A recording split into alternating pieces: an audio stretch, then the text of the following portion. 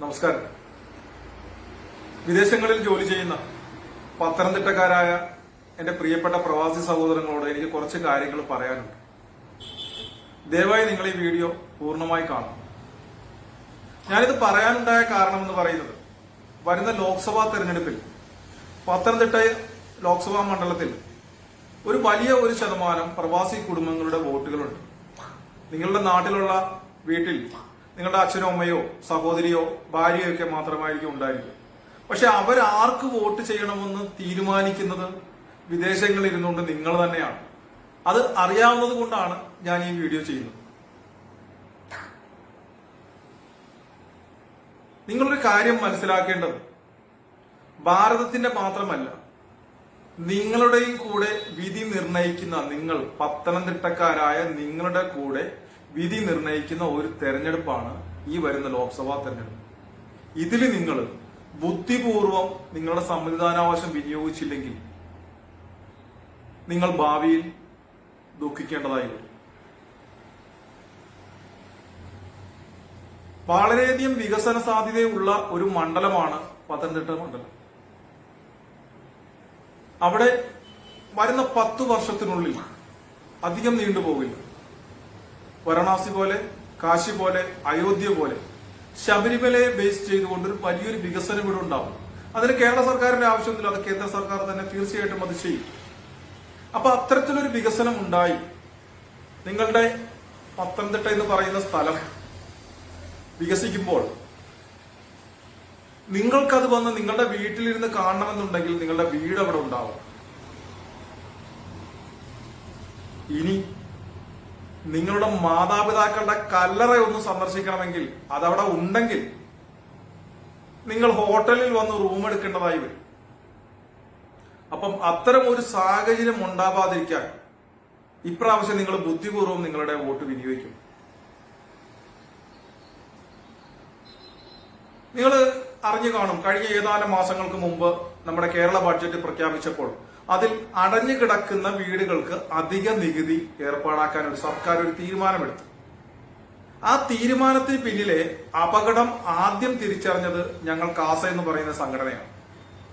ഞങ്ങൾ അതിനെതിരെ ഉടൻ തന്നെ പിറ്റേ ദിവസം തന്നെ ഞങ്ങൾ അതിനെതിരെ പ്രതികരിച്ചു. ചീഫ് സെക്രട്ടറിക്ക് കത്തയച്ചു, വിവരാവകാശം വെച്ചു അതിന്റെ വിവരങ്ങൾ നേടാനായിട്ട്. അതിനെതിരെ ഹൈക്കോടതിയെ സമീപിക്കാൻ ഞങ്ങൾ തീരുമാനമെടുത്തു. ഹൈക്കോടതിയിൽ ആ വിഷയം എത്തുകയാണെങ്കിൽ സർക്കാരിന് പരാജയം മാത്രമേ ഉണ്ടാവുകയുള്ളൂ. ആ തീരുമാനം പിൻവലിക്കേണ്ടതായിട്ട് വരും. കാര്യം അടഞ്ഞു കിടക്കുന്ന വീടുകൾ ഇവരുടെ തലയിലൊന്നുമല്ല ഇരിക്കുന്നത്. നിങ്ങൾ കൃത്യമായിട്ട് ഭൂനികുതി അടയ്ക്കുന്നുണ്ട്, കെട്ടിട നികുതി അടയ്ക്കുന്നുണ്ട്, മിനിമം കറണ്ട് ചാർജ് അടയ്ക്കുന്നുണ്ട്, വാട്ടർ ചാർജ് അടയ്ക്കുന്നുണ്ട്. ഇതെല്ലാം ചെയ്തിട്ടും നിങ്ങൾക്ക് അധിക നികുതി വരുമെന്ന് പറഞ്ഞ പിന്നിൽ വലിയൊരു ഗൂഢലക്ഷ്യമുണ്ടായി. ആ ലക്ഷ്യം ഞങ്ങൾ തിരിച്ചറിഞ്ഞതുകൊണ്ടാണ് ഞങ്ങൾ അതിനെതിരെ രംഗത്തിറങ്ങിയത്.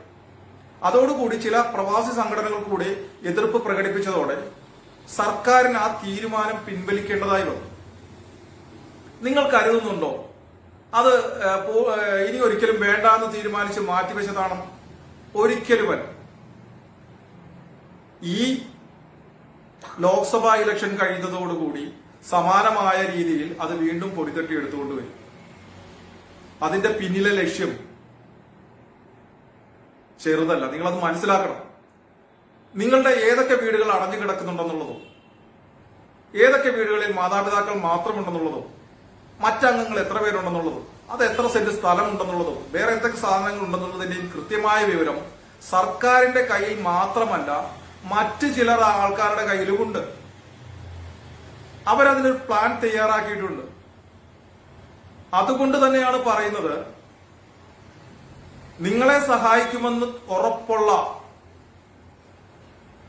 ആളുകളെ അല്ലാതെ ഇന്ന് പത്തനംതിട്ടയിൽ നിങ്ങൾ ജയിപ്പിക്കരുത്. അതുപോലെ തന്നെ കഴിഞ്ഞ 1-2 മാസത്തിന് മുമ്പ്, കഴിഞ്ഞ 1 മാസമേ ആയുള്ള ഒരു വാർത്ത പുറത്തു വന്നു. നിങ്ങളതൊന്നും ശ്രദ്ധിച്ചിട്ടുണ്ടാവില്ല. പെരുമ്പാവൂരിലെ പ്ലൈവുഡ് കമ്പനികൾ പത്തനംതിട്ട, കോട്ടയം ജില്ലകളിലേക്ക് പുതുതായി സ്ഥാപിക്കാൻ തീരുമാനമെടുക്കും. കാര്യം പെരുമ്പാവൂരിൽ ഇനി പ്ലൈവുഡ് കമ്പനികൾ വെക്കാൻ സ്ഥലമില്ല. അപ്പൊ അവർ അടുത്ത ജില്ലകളിലേക്ക്, റബ്ബർ മരങ്ങളൊക്കെ ലഭ്യമാകുന്ന അടുത്ത ജില്ലകളിലേക്ക് അവർ മാറുവാനല്ല, പുതുതായി അവർ തുടങ്ങുന്ന കമ്പനികളും പുതിയതായിട്ട് വരുന്ന ഫാക്ടറികളും എല്ലാം അവിടെ തുടങ്ങാനായിട്ട് അവർ തീരുമാനമെടുത്തിരിക്കുന്നു. അവർ പ്രധാനമായും ലക്ഷ്യം വെക്കുന്നത് പത്തനംതിട്ട ജില്ലയാണ്.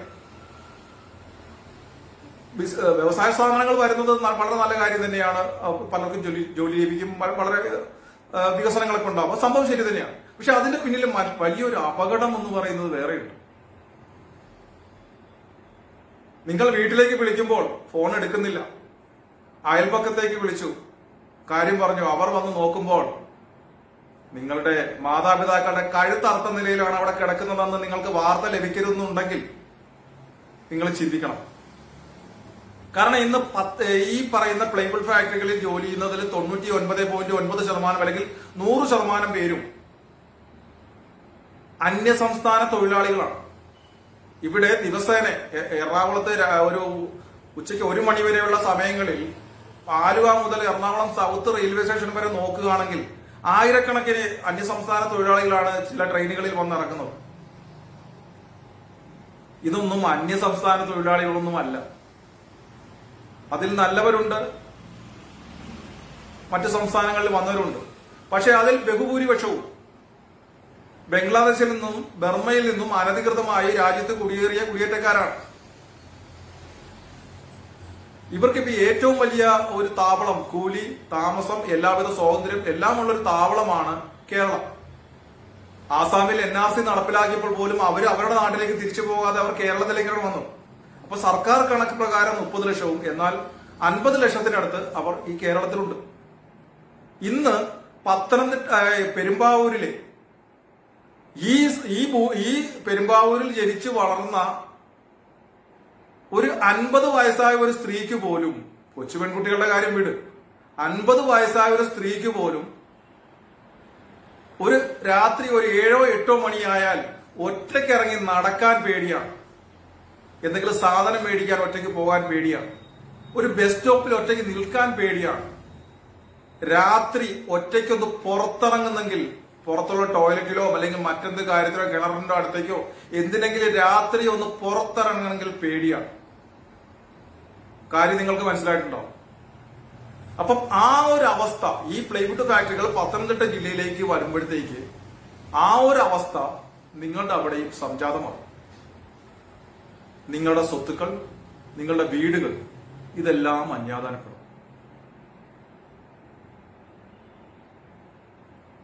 ഫ്ലഡ് നമുക്കുണ്ടായ ഒരു ഫ്ലഡ് പോലെ ഒരു മറ്റു സംഭവം ഉണ്ടാവണമെങ്കിൽ നിങ്ങളുടെ അടഞ്ഞു കിടക്കുന്ന വീടുകൾ കുത്തി തുറക്കും, അതിൽ ആൾക്കാർ താമസമാവും, പിന്നെ ഇറങ്ങി പോരൊന്നുമില്ല, നിങ്ങളുടെ പറമ്പുകളിൽ കയറി കുടികിട്ടും. അന്നൊന്നും നിങ്ങൾക്കൊപ്പം നിൽക്കാൻ ആരൊക്കെ ഉണ്ടാകുമെന്ന് നിങ്ങളൊന്ന് ചിന്തിക്കണം. അതിനനുസരിച്ച് വേണം നിങ്ങൾ ഇപ്രാവശ്യം വോട്ട് ചെയ്യാൻ. നിങ്ങൾ കരുതുന്നത് പോലെയല്ല. നിങ്ങളുടെ സ്ഥാനാർത്ഥിക്കോ അല്ലെങ്കിൽ നിങ്ങളുടെ രാഷ്ട്രീയ നേതാക്കൾക്കോ ഇതൊന്നും പച്ചയ്ക്ക് പറയാൻ പറ്റില്ല. എനിക്ക് പോലും ഈ വീഡിയോയിലൂടെ അതിന്റെ യാഥാർത്ഥ്യങ്ങൾ പൂർണ്ണമായി വെളിപ്പെടുത്താൻ സാധിക്കില്ല, പരിമിതിയുണ്ട്. പക്ഷെ നിങ്ങൾ ചിന്തിക്കണം. നിങ്ങൾ ഈ യൂട്യൂബിൽ കാണുന്നതോ അല്ലെങ്കിൽ വാട്സപ്പിലൂടെ എഴുതി വിടുന്നതോ അല്ലെങ്കിൽ വൈകാരികമായ ഇതുണ്ടാക്കുന്ന കുറെ വീഡിയോകളോ അല്ലെങ്കിൽ കുറെ ഫേക്ക് സാധനങ്ങളോ ഇതൊന്നും കണ്ടിട്ടല്ല നിങ്ങൾ വിലയിരുത്തേണ്ടത്. നിങ്ങൾ അപകടം തിരിച്ചറിയണം. നിങ്ങൾക്ക് ആ മണ്ണിൽ അന്തിയുറങ്ങണമെങ്കിൽ, നിങ്ങളുടെ പിതാക്കന്മാർ അന്തിയുറങ്ങുന്ന മണ്ണിൽ ഒന്ന് സന്ദർശിക്കണമെന്നുണ്ടെങ്കിൽ, നിങ്ങൾ ആ മണ്ണിൽ അന്യനാകരുതെന്നുണ്ടെങ്കിൽ, നിങ്ങളുടെ ഭൂസ്വത്തുക്കളും നിങ്ങളുടെ എല്ലാം അവിടെ ഉണ്ടാവണമെങ്കിൽ നിങ്ങൾ ഇപ്രാവശ്യം ബുദ്ധിപൂർവ്വം നിങ്ങളുടെ നാട്ടിലുള്ള മാതാപിതാക്കളോട് പറഞ്ഞുകൊണ്ട് നിങ്ങൾ വോട്ട് ചെയ്യാൻ തയ്യാറാണ്. നിങ്ങൾ മറ്റൊരു കാര്യം, ഞാൻ നേരത്തെ പറഞ്ഞ കാര്യം നിങ്ങളൊന്ന് ആലോചിച്ച് നോക്കും. ഇത്തരത്തിൽ ഒരു അടഞ്ഞുകിടക്കുന്ന വീടുകൾക്ക് അധിക നികുതി ഏർപ്പെടുത്താൻ തീരുമാനമാക്കിയപ്പോൾ ഏതൊക്കെ രാഷ്ട്രീയ പാർട്ടികൾ അതിനെതിരെ രംഗത്ത് വന്നു? ഏതെങ്കിലും വന്ന ഒരു രാഷ്ട്രീയ നേതാവിനെ നിങ്ങൾക്ക് കാണിച്ചു തരാമോ? കോൺഗ്രസിന്റെ ഭാഗത്തുനിന്നോ കമ്മ്യൂണിസ്റ്റ് പാർട്ടിയുടെ ഭാഗത്തുനിന്നോ കേരള കോൺഗ്രസിന്റെ ഭാഗത്തുനിന്നോ ഏതെങ്കിലും ഒരു രാഷ്ട്രീയക്കാർ അതിനെതിരെ രംഗത്ത് വന്നു? നിങ്ങളുടെ MP വന്നു, അതിനെതിരെ പ്രതികരിച്ചു? പ്രതികരിക്കില്ല.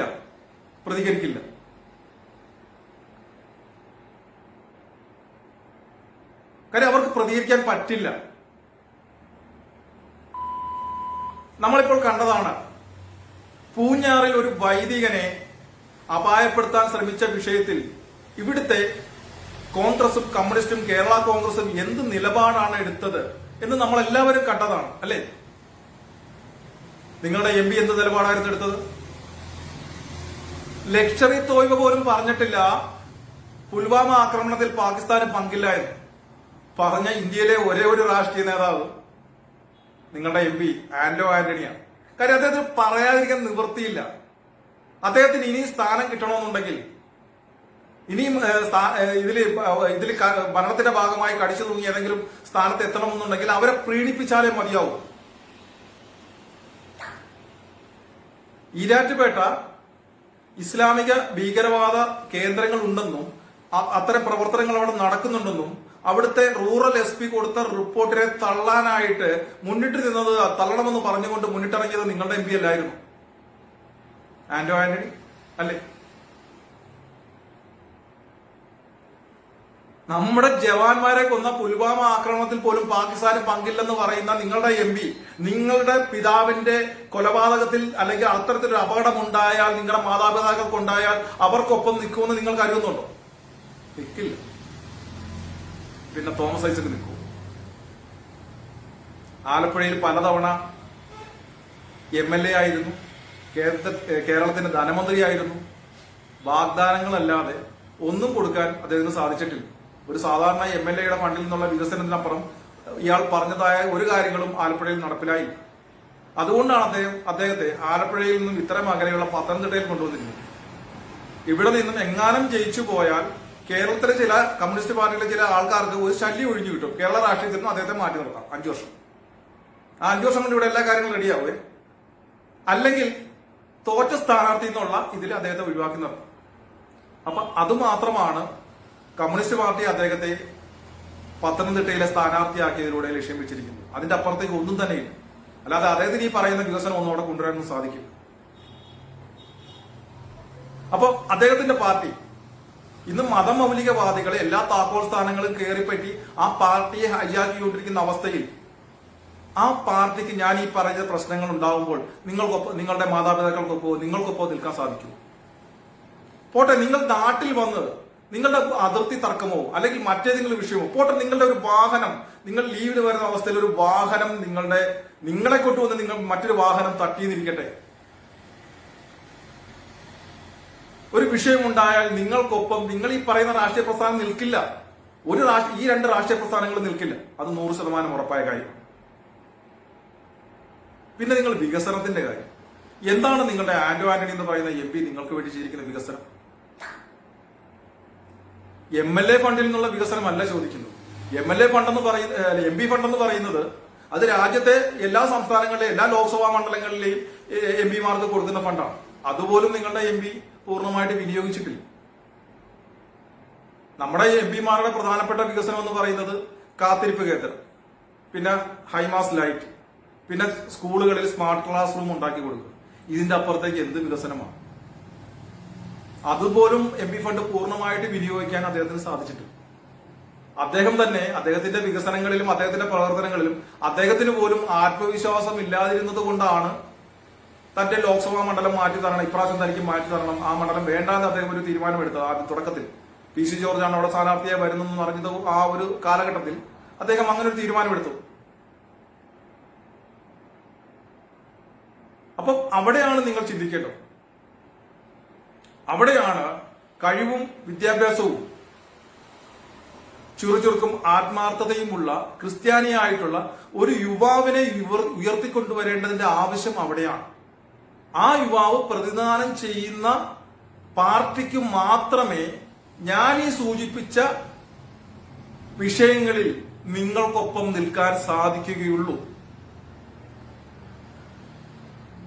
100% ഞാൻ പറയുന്നു, ആ പാർട്ടിക്ക് മാത്രമേ സാധിക്കുള്ളൂ. ഞാൻ ഈ സൂചിപ്പിച്ച സൂചനകൾ മാത്രമാണ്. അതിലെ അപകടങ്ങൾ നിങ്ങൾക്ക് തിരിച്ചറിയാം. ആ അപകടങ്ങൾ നിങ്ങൾക്ക് നാളെ ഉണ്ടാകുമ്പോൾ BJP എന്നൊരു പ്രസ്ഥാനമല്ലാതെ നിങ്ങൾക്കൊപ്പം മറ്റാരും നിൽക്കാൻ ഇവിടെ ഉണ്ടാകുകയില്ല. നിങ്ങൾ ഇത്രയും കാലം പിരിവ് കൊടുത്ത, നിങ്ങൾ വോട്ട് ചെയ്ത് വിജയിപ്പിച്ച, നിങ്ങൾ നാട്ടിൽ വരുമ്പോൾ നിങ്ങളുടെ തോളത്തൊക്കെ തട്ടി കൈയൊക്കെ ഇട്ട് നിങ്ങളെ സൂചിപ്പിക്കുന്ന ഒരാൾ പോലും നിങ്ങൾക്കൊരു വിഷയം ഉണ്ടായാൽ നീതി നിങ്ങളുടെ ഭാഗത്താണെങ്കിൽ പോലും നിങ്ങൾക്കൊപ്പം അയാൾ നിൽക്കില്ല. അപ്പൊ നിങ്ങളത് അറിഞ്ഞുകൊണ്ട് വേണം ഇപ്രാവശ്യം നിങ്ങളുടെ സമ്മതിദാനാവകാശം വിനിയോഗിക്കുക.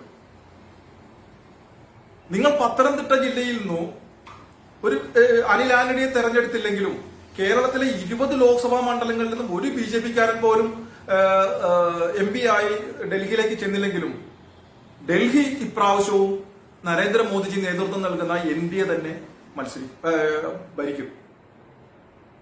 ഇവിടുത്തെ ഒരു ആവശ്യം അവർക്കില്ല. പക്ഷേ നമ്മൾ ഒരാളെങ്കിലും ജയിപ്പിച്ചാൽ അതിൽ അഭിമാനിക്കാൻ നമ്മുടെ ക്രിസ്ത്യൻ സമുദായത്തിന് സാധിക്കും. അതിന്റെ ഭാഗമാകാൻ സാധിക്കും. അതിന്റെ പ്രയോജനം എല്ലാ ജാതി മനസ്സർക്കും എന്ന പോലെ നിങ്ങൾക്കും ലഭിക്കും.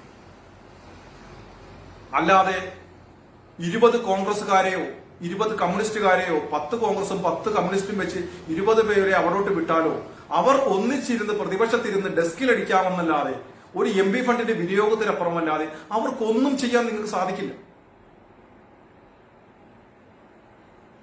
നിങ്ങൾ BJP അയിത്തം കൽപ്പിക്കുന്നത് അല്ലെങ്കിൽ നിങ്ങളുടെ ഉപബോധ മനസ്സിലേക്ക് BJP എന്തോ ഒരു ഭീകര സംഘടനയാണെന്നുള്ള രീതിയിൽ അടിച്ചേൽപ്പിച്ചിരിക്കുന്നത് ഇവിടുത്തെ രാഷ്ട്രീയ പ്രസ്ഥാനങ്ങളാണ്. അവർ നിങ്ങളുടെ മുമ്പിൽ ചൂണ്ടിക്കാണിക്കുന്ന മണിപ്പൂരും മധ്യപ്രദേശും ഒക്കെയാണ്. ഈ 20 കോൺഗ്രസുകാരെ ഇവിടുന്ന് ജയിപ്പിച്ചു വിട്ടാൽ മണിപ്പൂരിലെ പ്രശ്നം അവർ പരിഹരിക്കുമോ? അവർക്ക് എന്തെങ്കിലും ചെയ്യാൻ സാധിക്കുമോ? ഒന്നും സാധിക്കില്ല. കമ്മ്യൂണിസ്റ്റുകാർക്ക് സാധിക്കില്ല.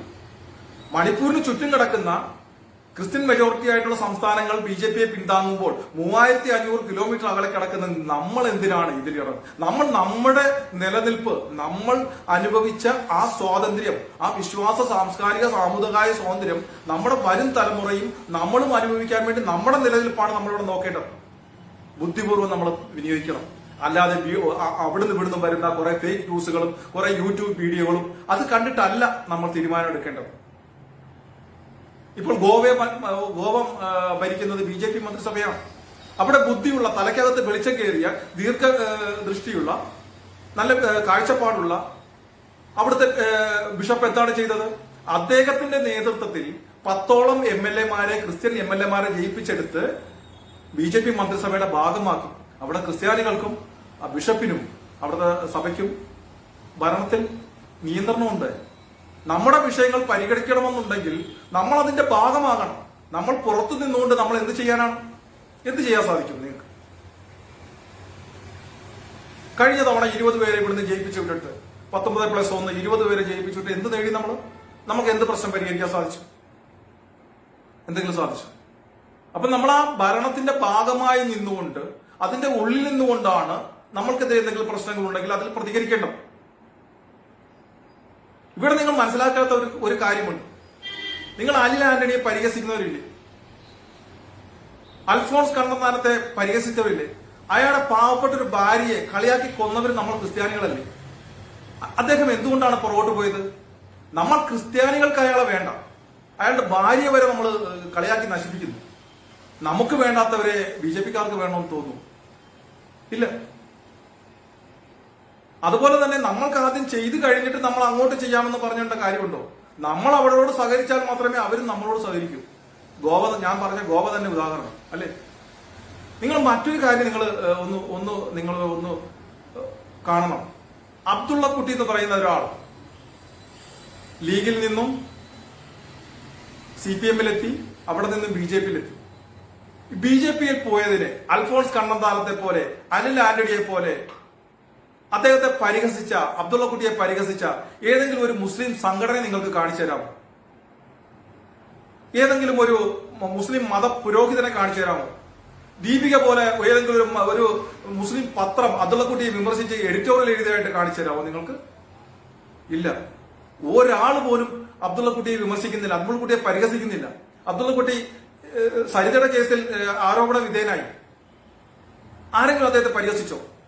വേണ്ട. ഇപ്പോൾ കാസയുടെ പേജിൽ, ഫേസ്ബുക്ക് ഒഫീഷ്യൽ അക്കൗണ്ടിൽ ഞങ്ങൾ BJP-ക്ക് അനുകൂലമായിട്ട് ദേശീയതയ്ക്കൊപ്പം നിന്നുകൊണ്ട് ഞങ്ങൾ എഴുതുന്ന ലേഖനങ്ങളുടെ താഴെ വന്ന് BJP-യെ കുറ്റം പറയുന്നവരും BJP-യുടെ അപകടം പെരുപ്പിച്ച് ചൂണ്ടിക്കാണിക്കുന്നവരും മണിപ്പൂർ എന്ന് പറയുന്നവർ ആരെങ്കിലും ഏതെങ്കിലും ഒരു മുസ്ലിം അക്കൗണ്ട് അബ്ദുള്ള കുട്ടിയുടെ പേജിന്റെ താഴത്ത് പോയിട്ട് അബ്ദുള്ള കുട്ടിയെ BJP-യുടെ കാര്യം പറഞ്ഞ് വിമർശിക്കുന്നതോ ഓർമ്മപ്പെടുത്തുന്നതോ കുറ്റപ്പെടുത്തുന്നതോ ആയിട്ട് നിങ്ങൾക്ക് കാണിച്ചു തരാം? ഇല്ല. നിങ്ങൾ അതാണ് കണ്ടു പഠിക്കേണ്ടത്. കുലമഹിമയും വിദ്യാഭ്യാസവും ബുദ്ധിയൊക്കെ ഉള്ളൊരു സമുദായമാണെന്ന് ഇങ്ങനെ വെറുതെ അഹങ്കരിച്ചുകൊണ്ട് തന്നെ വെറും മണ്ടന്മാരാണ് നമ്മൾ. കാര്യം അബ്ദുള്ള കുട്ടി ഇപ്രാവശ്യം മത്സരിക്കുന്നുണ്ട്. അദ്ദേഹം തോറ്റെന്ന് പറഞ്ഞാലും ശരി, അദ്ദേഹം അടുത്ത BJP മിനിസ്ട്രിയിൽ രാജ്യസഭ വഴിയെങ്കിലും അദ്ദേഹം ആ ഭരണത്തിന്റെ ഭാഗമാവും, മിനിമം ഒരു സഹമന്ത്രിയെങ്കിലും ആവും. അങ്ങനെ മുസ്ലിം സമുദായം അവരുടെ പ്രശ്നങ്ങൾ കൂടി പരിഹരിക്കുന്നതിനായി, അവരുടെ പ്രശ്നങ്ങൾക്ക് കൂടി മുൻഗണന കിട്ടുന്നതിനായി നാളെ അവർക്ക് ധൈര്യപൂർവ്വം ഒരു പരാതിയോ ഒരു അപേക്ഷയോട്ടോ ചെല്ലുന്നതിന് കളമൊരുക്കിക്കൊണ്ട് അവരുടെ സമുദായത്തിലെ ഒരു വ്യക്തിയെ BJP മന്ത്രിസഭയിൽ സഹമന്ത്രിയെങ്കിലും ആക്കി എടുക്കുമ്പോൾ പൊട്ടന്മാരായ നമ്മള് മണിപ്പൂരും മധ്യപ്രദേശും പറഞ്ഞു വിടിയിരിക്കും. 1957 വരെ 58 കാലഘട്ടങ്ങൾ വരെ കമ്മ്യൂണിസ്റ്റ് പാർട്ടിയിൽ ചേർന്നാൽ സ്വർഗരാജ്യം കിട്ടുകയില്ലെന്ന് പറഞ്ഞുകൊണ്ട് കമ്മ്യൂണിസ്റ്റ് പാർട്ടിയിൽ ചേർന്നവരെ തെമ്മാടിക്കുഴിയിൽ അടക്കിയിട്ടുള്ളവരാണ് നമ്മുടെ മത നേതൃത്വം. അറിയാമോ? നിങ്ങൾ പഴയ ആൾക്കാരോടൊന്ന് ചോദിച്ചു നോക്കൂ. പള്ളികളിൽ വിളിച്ചു പറഞ്ഞിട്ടുള്ളതാണ്. പലരെയും തെമ്മാടിക്കുഴിയിൽ ഇപ്പോഴും പല ആത്മാക്കളും കിടപ്പുണ്ട്. മാപ്പ് പറഞ്ഞിട്ടില്ല ഇതുവരെ സഭ അവരോട്. വിമോചന സമരകാലത്തും അതിനു മുമ്പും അതിനുശേഷമൊക്കെ കമ്മ്യൂണിസ്റ്റ് പാർട്ടിയിൽ ചേർന്നതിന്റെ പേരിൽ തെമ്മാടിക്കുഴിയിൽ അടക്കിയവരുണ്ട്. ഇന്ന് നമ്മുടെ പിതാക്കന്മാര് അവരുടെ ഈ കമ്മ്യൂണിസ്റ്റ് പാർട്ടിയുടെ സമ്മേളനങ്ങളിൽ പോയി പങ്കെടുക്കുന്നു. ഒരു പിതാവ് പറയുന്നു, കമ്മ്യൂണിസ്റ്റ് ഏകാധിപതിയായ മുഖ്യമന്ത്രി പിണറായി വിജയൻ ഏതോ മെത്രാനായിട്ട് ജനിക്കേണ്ടതായിരുന്നു, പോപ്പായിട്ട് ജനിക്കേണ്ടതായിരുന്നു പറയാൻ ഭാഗ്യം. അപ്പൊ ഒന്ന് ആലോചിച്ച് നോക്കൂ. ആ 50കളിൽ കമ്മ്യൂണിസ്റ്റ് പാർട്ടിയെ എതിർത്തവർ ഇന്ന് കമ്മ്യൂണിസ്റ്റ് പാർട്ടിയെ പുകഴ്ത്തി പറയുന്നു.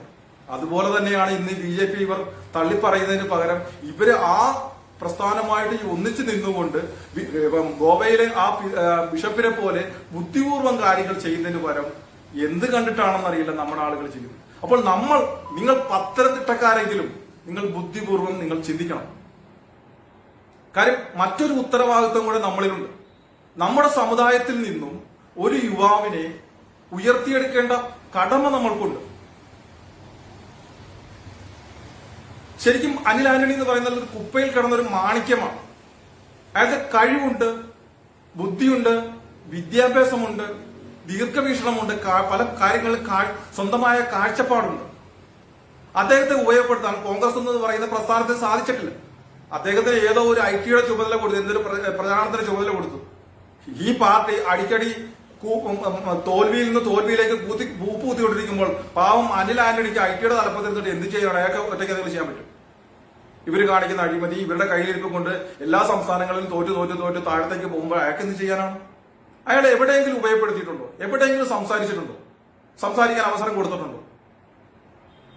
അപ്പോ ചില പ്രത്യേക സമുദായത്തിന്റെ ആൾക്കാർക്ക് പ്രാതിനിധ്യം കൊടുത്ത് അവരെ ഉയർത്തിയെടുക്കുന്നതല്ലാതെ നമ്മുടെ സമുദായത്തിലെ യുവാക്കളെ ഉയർന്നു വരുവാൻ അവർ അനുവദിക്കുന്നില്ല. നിങ്ങൾ ചാണ്ടി ഉമ്മനൊക്കെ ഒന്ന് ശ്രദ്ധിച്ചു നോക്കൂ. ചാണ്ടി ഉമ്മൻ എവിടെയൊക്കെ ഈ തെരഞ്ഞെടുപ്പിൽ രംഗത്ത് വരുന്നുണ്ട്.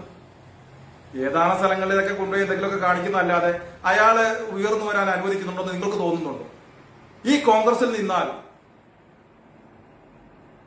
ഒരിക്കലും നമ്മുടേതായ സമുദായത്തിലെ യുവാക്കൾ രക്ഷപ്പെടില്ല. പിന്നെ നമുക്ക് കുറെ താപ്പാനകളുണ്ട്. എങ്ങനെയായാലും സ്വന്തം ആരെ കൂട്ടിക്കൊടുത്തിട്ടായാലും ഒരു കുഴപ്പമില്ല, എനിക്ക് സ്ഥാനം കിട്ടണം, എനിക്ക് അധികാരം കിട്ടണമെന്ന് പറയുന്ന ലീഗുകാരന്റെ കോണം കഴിക്കാൻ തയ്യാറായി നടക്കുന്ന ആളുകൾ, ചില ആളുകളുണ്ട്. അവരെയൊന്നും നമ്മൾ ക്രിസ്ത്യാനികളായിട്ട് നമ്മുടെ പ്രതിനിധികളായിട്ട് നമ്മൾ കൂട്ടേണ്ട കാര്യമില്ല. അപ്പോ നമ്മുടെ സമുദായത്തിൽ നിന്നും ഉയർന്നു വരുന്ന യുവാക്കളെ, ഇപ്പം അനിൽ ആന്റണി ആവട്ടെ, അനൂപ് ആന്റണി ആവട്ടെ, ഷോൺ ജോർജ് ആവട്ടെ, അതുപോലുള്ളവരെ ഉയർത്തിക്കൊണ്ടുവരാൻ നമ്മൾക്ക് ഉത്തരവാദിത്തമുണ്ട്. കാരണം നിങ്ങൾക്ക് നാളെ ഒരു വിഷയമുണ്ടായാൽ അനിൽ ആന്റണി എന്ന് പറയുന്ന വ്യക്തിയെ നിങ്ങളുടെ മാതാപിതാക്കൾക്ക് വിളിക്കാൻ സാധിക്കും. നിങ്ങൾക്ക് വിദേശങ്ങളിൽ നിന്നുകൊണ്ട് വിളിച്ച് നിങ്ങൾക്കൊരു സഹായം അഭ്യർത്ഥിക്കാൻ സാധിക്കും, ഒരു അഭിപ്രായം പറയാൻ സാധിക്കും. ഒരു ഇതും കാണിക്കാതെ ക്ഷമയോടുകൂടി അദ്ദേഹം നിങ്ങൾ പറയുന്ന പൂർണ്ണമായി കേൾക്കും. നിങ്ങളുടെ പ്രശ്നത്തിന് പരിഹാരം ഉണ്ടാക്കാൻ അദ്ദേഹം ശ്രമിക്കും.